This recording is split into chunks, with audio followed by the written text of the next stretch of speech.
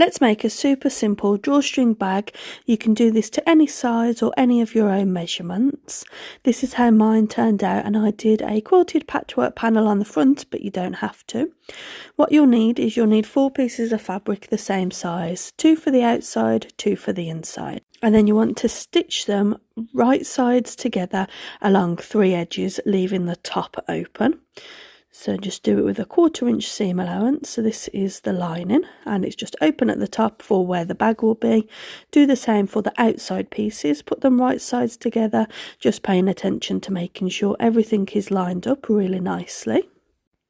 And then what you can do once you've done that is just clip the corners just to form a diagonal line. Be careful not to snip the stitches, and this just makes it a little bit neater when you're turning the corners out. It reduces the bulk. And then we're going to make the drawstring section along the top.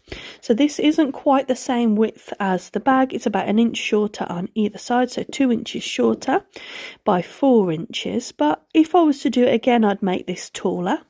You're going to fold the insides over and over again on the short edges, on all 4 short edges, and sew with a very small stitch just right in the middle of that edge.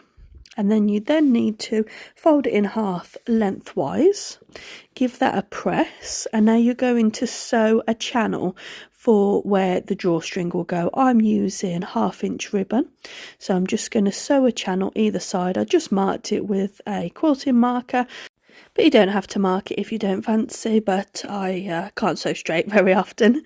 So there we go, just make sure that your drawstring will fit through. And then you want to turn the outsides right side out, but leave the lining with the right sides facing inwards. And then take your little drawstring tabs and position them in the middle of the top edge with the raw edge facing the raw edge. So it's raw edge at the top for both sides. Pin it in place and take the outside of the bag and put it inside the lining, so that when they're together, the right side of the lining and the front are touching each other. So it seems a bit strange at first, but this works. Pin it all in place, making sure it's all lined up, and take it to your sewing machine and sew a 1/4 inch from the top. You can do a generous 1/4 inch if you want to. Sew all the way around. Ah yes, I did forget to say that when you do the lining, you need to leave an opening in the bottom. So when you're sewing those 3 sides, leave an opening in the bottom, because this helps you turn it through. Well, it's essential for you to turn it through.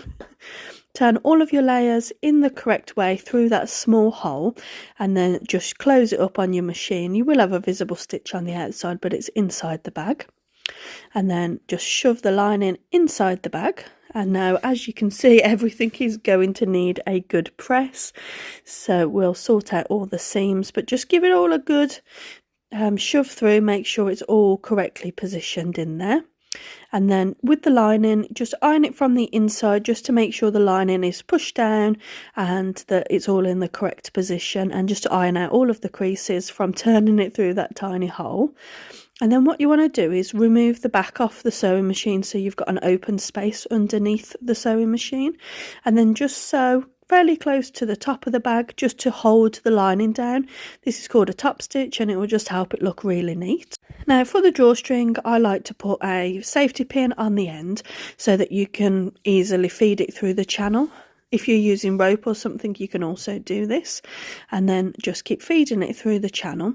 And what you want to do with the drawstring is you want to go in one side and then go through to the other side of the bag, and then do it the opposite way round with the other drawstring. I'll show you in just a moment what that looks like.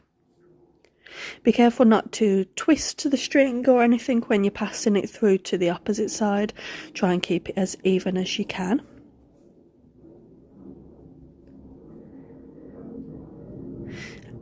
And then just remove the safety pin, and then on either side, so you'll have a loop going between the tabs and then the loose ends, and that will be the same on both sides, and that will create the drawstring. So cut off the hole that you created with the safety pin, because you might find that that has left quite a hole or laddered the ribbon or anything, so just cut that off, and then tie yourself a knot. You can add decorative beads or charms at this point if you wanted to, and there you go, it's all completed.